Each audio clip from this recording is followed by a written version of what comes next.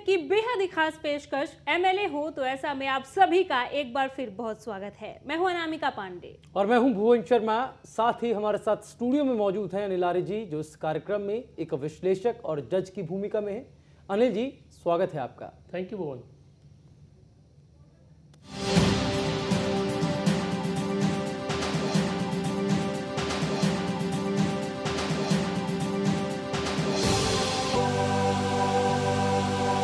हमारा देश एक लोकतांत्रिक देश है, लिहाजा यहाँ विधायक और सांसद जनता ही चुनती है और फिर बनती है सरकार। लेकिन मौजूदा राजनीतिक ताने बाने में चंद वोटों के लिए राजनेताओं ने हमारे लोकतांत्रिक सिस्टम को गलत तरीके से इस्तेमाल करते हुए जनता को जातिवाद, क्षेत्रवाद और धर्मवाद जैसे कई वर्गों में बांट दिया है। ऐसे में सबसे बड़ी जरूरत है मौजूदा सियासी तंत्र को बदलने की, और ये तभी संभव है जब नेतृत्व बदले, स्वच्छ छवि के बेदाग और कुशल नेता सामने आए। एमएलए हो तो ऐसा कार्यक्रम ऐसी ही एक कोशिश है जिसकी सफलता जनता यानी कि आपकी भागीदारी से ही मुमकिन है।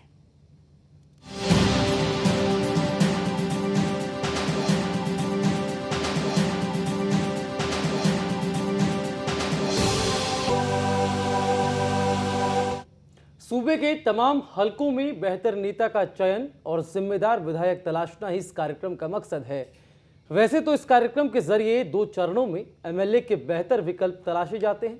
पहले चरण में उम्मीदवारों की प्रोफाइल 11 मापदंडों पर आंकी जाती है, जबकि दूसरे राउंड में पहुंचने वाले टॉप 6 उम्मीदवारों को गुजरना होता है ज्यूरी की कसौटी से।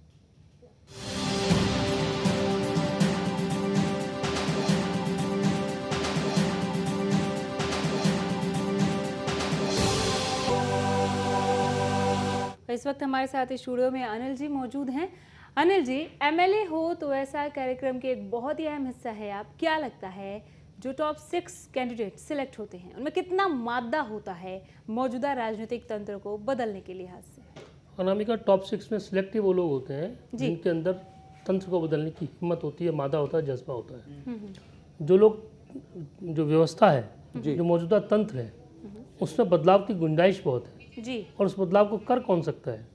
उस बदलाव को वही व्यक्ति कर सकता है जिसके अंदर काम करने की जस्तजू हो, जो कर्मठ हो, जो ईमानदार हो, जिसके कथन और करनी में अंतर ना हो, पढ़ा लिखा हो, साधन संपन्न हो और जनता के बीच में रह के जनता की बात को समझता हो, उसका विश्लेषण करना जानता हो, उसके समाधान भी जानता हो।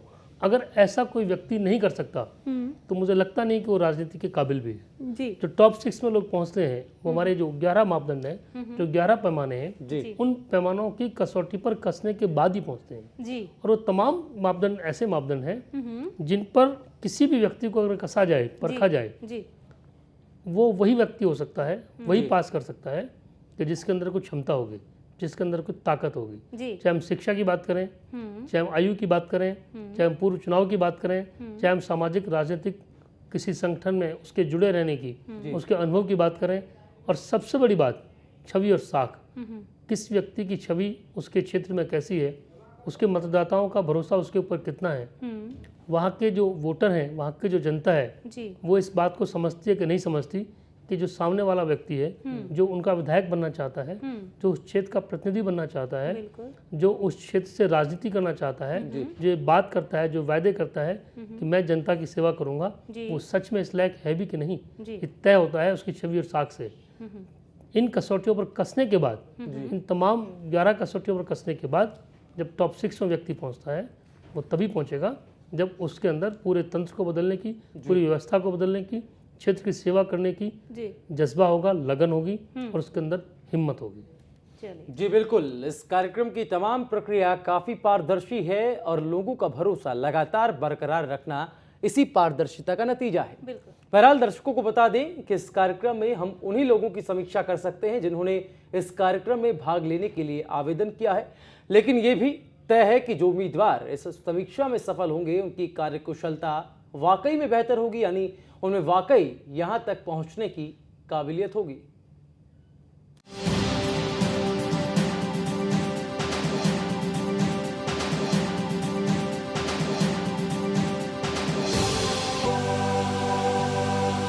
एमएलए हो तो ऐसा कि आज की कड़ी में हम रुख करेंगे रानिया हलके का। आइए रूबरू होते हैं यहाँ के वोट समीकरण, मौजूदा हालात और राजनीतिक इतिहास से।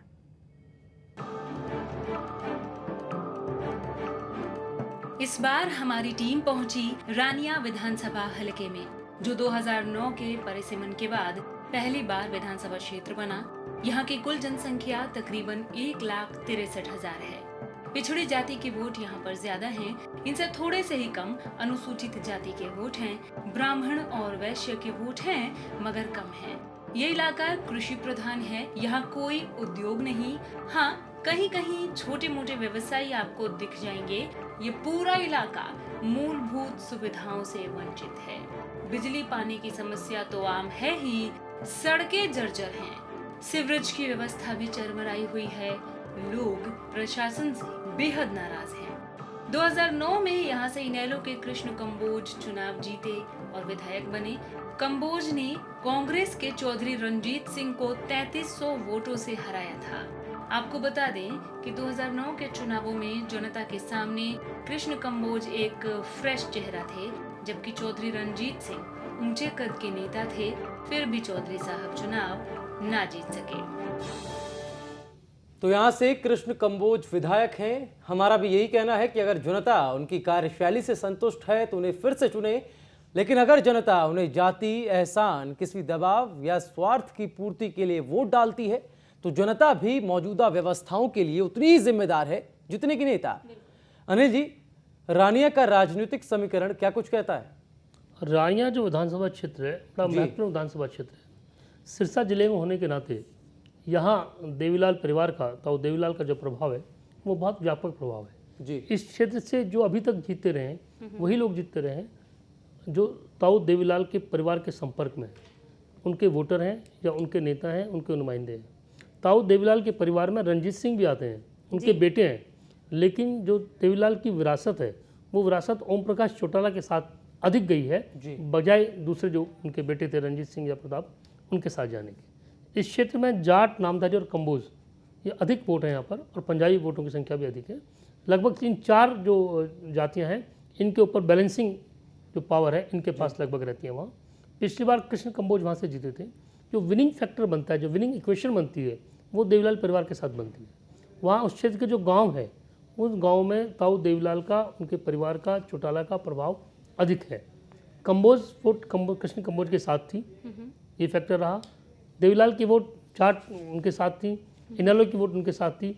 ये सारे फैक्टर थे जो कृष्ण कंबोज को जिताने में सहायक साबित हुए। चौधरी रंजीत सिंह बड़े कद के नेता हैं, ताऊ देवीलाल के बेटे हैं, ओम प्रकाश चौटाला के छोटे भाई हैं, लेकिन वो कांग्रेस में है। नामधारी समुदाय की जो वोट है, नामधारी जो वोट है, उनका रुझान परंपरागत तौर पे कांग्रेस के साथ रहता है, और रंजीत सिंह वहाँ पर अच्छी पैठ रखते हैं। बहुत बड़ी संख्या में वोट ऐसी हैं जो रंजीत सिंह के साथ चलती हैं। जो बीजेपी में थे तब भी उनके साथ थी, वो कांग्रेस में है तब भी उनके साथ हैं, जब ताऊ देवीलाल के साथ थे तब भी उनके साथ हैं। वो रंजीत सिंह की वोट है, ना कि किसी पार्टी की वोट, वो हमेशा उनके साथ रहती है। इस बार जो हालात हैं, इस बार जो इक्वेशंस हैं, चर्चाएं इस बात की हैं कि चौधरी रंजीत सिंह कांग्रेस में रहेंगे या नहीं रहेंगे, क्योंकि रंजीत सिंह हुड्डा के करीबी हैं, इसमें कोई शक नहीं है। पिछले साल 2 साल पहले करीब 200 करोड़ की घोषणाएं मुख्यमंत्री वहाँ करके गए थे, पर उन घोषणाओं पे काम अधिक पर नहीं हुआ। ये कांग्रेस के खिलाफ नाराजगी है। जहाँ तक रंजीत सिंह का सवाल है, चूँकि ओम प्रकाश चौटाला जब से जेल गए हैं तब से इस बात की चर्चा भी उस क्षेत्र में है कि शायद रंजीत सिंह की घर वापसी हो जाए, वो घर वापस आ जाए।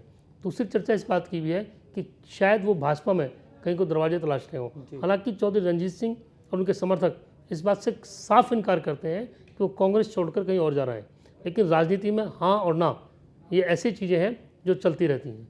दूसरा, कांग्रेस की जो टिकट मांग रहे हैं जगदीश नेहरा, जो भजनलाल सरकार में शिक्षा मंत्री रह चुके हैं, भजनलाल के करीबी थे लेकिन आजकल हुड्डा के करीबी हैं। लड़ाई किन्हीं के बीच में हो, रंजीत सिंह सबसे बड़े फैक्टर वहाँ पर है। रंजीत सिंह किसी भी पार्टी में ना हो, मुकाबला उन्हीं के साथ होगा। वो किसी भी पार्टी में जाएंगे, अगर जाते हैं कांग्रेस में है तो टिकट कांग्रेस की रंजीत सिंह को मिलेगी। हुड्डा पीछे क्या जा चुके हैं कि रंजीत सिंह हमारे उम्मीदवार होंगे वहाँ से। बीजेपी में जाते हैं, इनेलो में अगर जाते हैं तो टिकट की शर्त पे जाएंगे, टिकट उनको मिलेगी, ये तय है। तो रंजीत सिंह तो खिलाड़ी वहाँ होंगे होंगे। दूसरा, हरियाणा लोकहित पार्टी जो अभी बनाई है गोपाल कांडा ने, उनके छोटे भाई गोविंद कांडा ने घोषणा कर दी है कि मैं चुनाव लड़ूंगा। तो रानिया में एक वही बड़े प्लेयर के तौर पे सामने आए जिनका मैदान में सीधा सीधा संघर्ष हो सकता है। आने वाले दिनों में हलचल बहुत तेज होंगी, समीकरण बहुत तेजी से बदलेंगे, कौन किसके साथ खड़ा होगा ये देखना होगा। लेकिन ये बात तय है, चुनाव जब भी होगा संघर्ष होगा रणजीत सिंह वर्सेस अदर्स। ये नहीं कि रणजीत सिंह रेस से बाहर है, किसी भी पार्टी में हो टिकट उनको मिलेगी और मुकाबला उन्हीं के साथ होना है। प्लेयर्स कौन कौन से आते हैं देखना ये होगा। प्लेयर्स कौन कौन से आते देखना ही होगा। और भुवन, जैसे कि अभी अभी अनिल जी ने कहा कि राजनीति में हाँ और ना लगा ही रहता है, क्यों ना इसी पर थोड़ी और सियासी चर्चा की जाए। इस हाँ और ना पर ही करते हैं।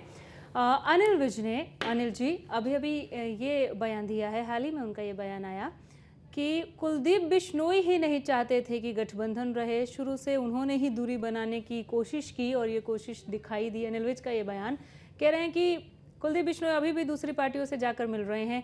क्या ये एक दबाव के रूप में देखा जा सकता है बीजेपी की ओर से गठबंधन खत्म करने को लेकर? देखिए, बीजेपी इस मूड में है और इस मोड में है पूरी तरह से जी कि हचका से छुटकारा हो जाए। लेकिन बीजेपी के साथ समस्या क्या है कि वो गठबंधन तोड़ने की जो आरोप है, जो कलंक है, वो नहीं उससे बचने की कोशिश में। क्यों कि हरियाणा में अब तक जितनी बार भी गठबंधन हुआ, जितनी बार भी गैर कांग्रेसी सरकार आई, वो कांग्रेस की बैसाखी से आई। बिना कांग्रेस के गैर कांग्रेसी सरकार कभी नहीं बनी, बिना भाजपा के। और ये आरोप भी भाजपा के ऊपर लगा कि जब भी गठबंधन किया, अगर बीच में किसी ने छोड़ा तो बीजेपी ने छोड़ा। चाहे ताऊ देवीलाल के साथ गठबंधन था 1987 में, जब 85 सीट दोनों मिलकर ले गए और कांग्रेस से 5 सीट पर सिमट के रह गई, तब भी गठबंधन छोड़ा, तो बीजेपी ने छोड़ा।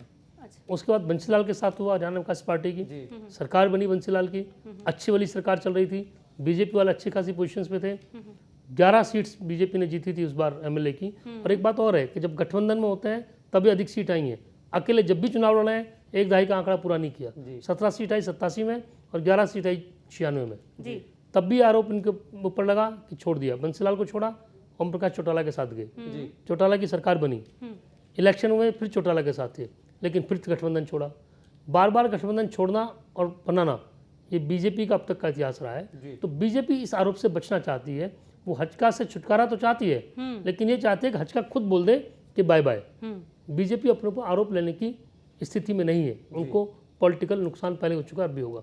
यही वजह है, चाहे अनिल विज बात कर रहे हो, चाहे रामविलास बात कर रहे हो, चाहे कैप्टन अभिमन्यु बात कर रहे हो, चाहे इंद्रजीत बात कर रहे हो, चाहे प्रकाश धनखड़ बात कर रहे हो, या कोई भी बात कर रहा हो, तमाम जो स्थितियां हैं, तमाम जो समीकरण बैठाए जा रहे हैं, इस ढंग से किया जा रहा है कि हचका छोड़ दे। और ये बात सच है कि हचका को बीजेपी ने दबाया।